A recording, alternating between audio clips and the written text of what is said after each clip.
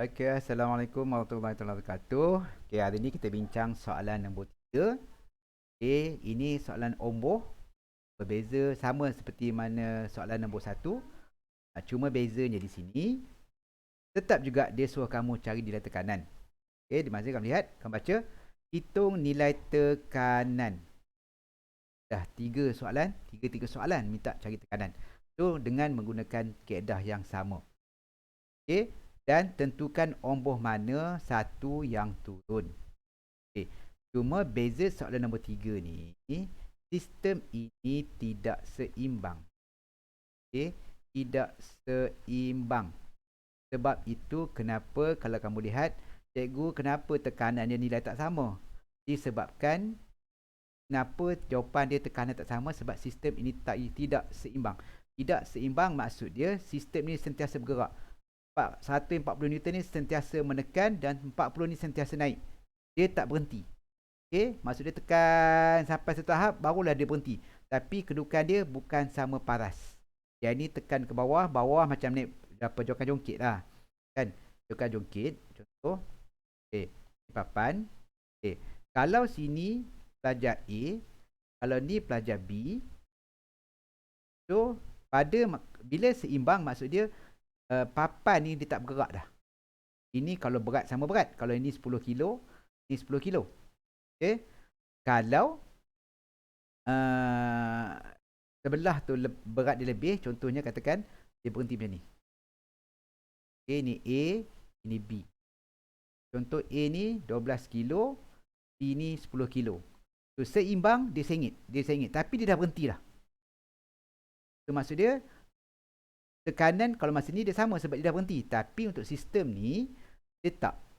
Okay, contohnya katakan kalau keadaan ketiga, jongkit ni.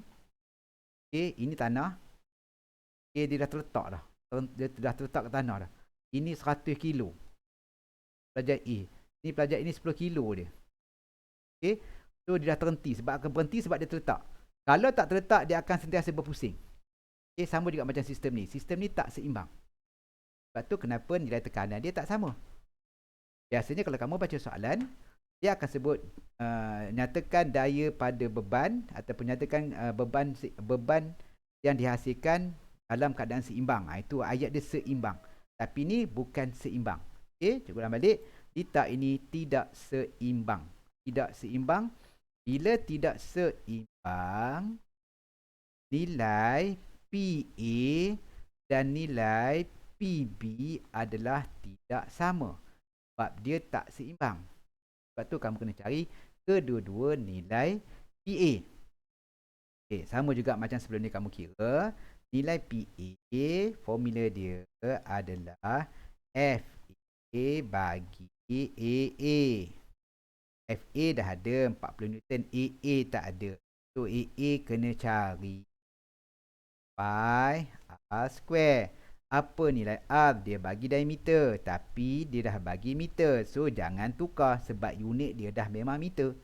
So, diameter sama dengan 0.6 meter. So, bila kita nak cari radius R, 0.6 bahagi 2. So, kamu dapat 0.3 meter. So, masukkan nilai dia. 0.3 kuasa 2. So, kamu akan dapat luas. So, luas adalah I kali 0.3 kuasa 2. Luas dia adalah 0.283 meter persegi. Okay, tolong tunjukkan jalan kerja bagaimana untuk nilai luas. Jangan skip. Dapat luas. So, masukkan nilai. Masukkan dalam PA. So, PA sama dengan FA dah bagi 40. AA adalah 0.283. So, dapat tekanan pada omboh A adalah 141.47 Pascal. Ini tekanan pada omboh A.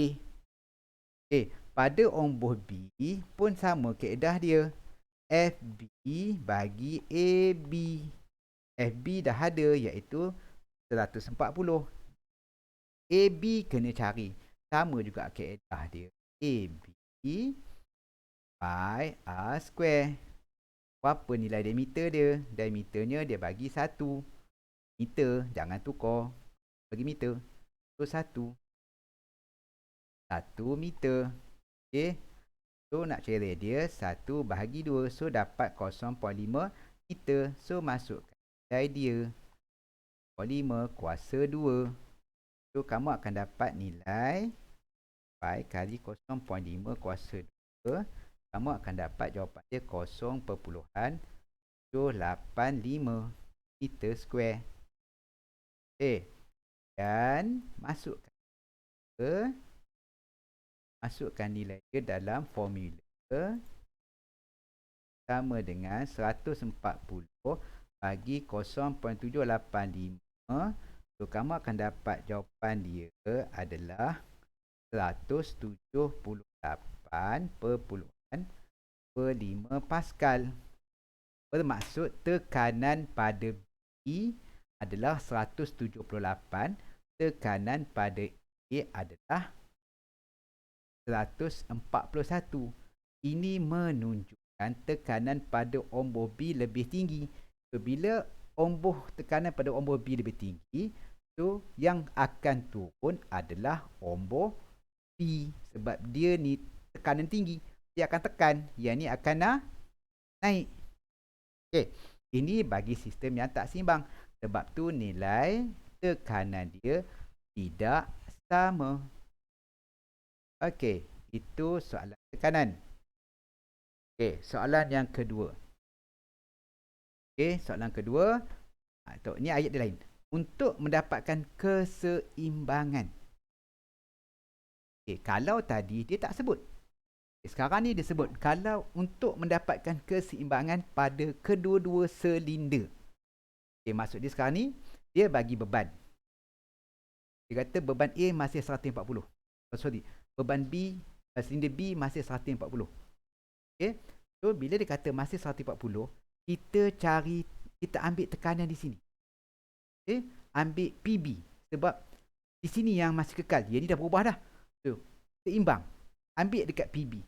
So, PB, so, nak dapatkan daya pada silinder A, FA sama dengan PA kali dengan AA. So, PA ni nak ambil kat mana? Ambil dekat PB. Kenapa ambil dekat PB? Sebab yang dia kata beban pada B masih. Yang kekal pada B. Sebab tu kenapa nak dapatkan seimbang, kita ambil pada tekanan pada PB. Barulah seimbang pada PA. Tadi sebab tak seimbang. So, bila seimbang nanti, kalau jongkan-jongkit ni, kita bagi 140 Newton, so dia akan dapat nilai FA. So seimbang. Kalau tadi, tadi dia boleh dapat macam ni. Dia dapat apa? Dia dapat macam ni. Dia dapat apa ni? Ni 140, ni 40. Ini sistem tak seimbang.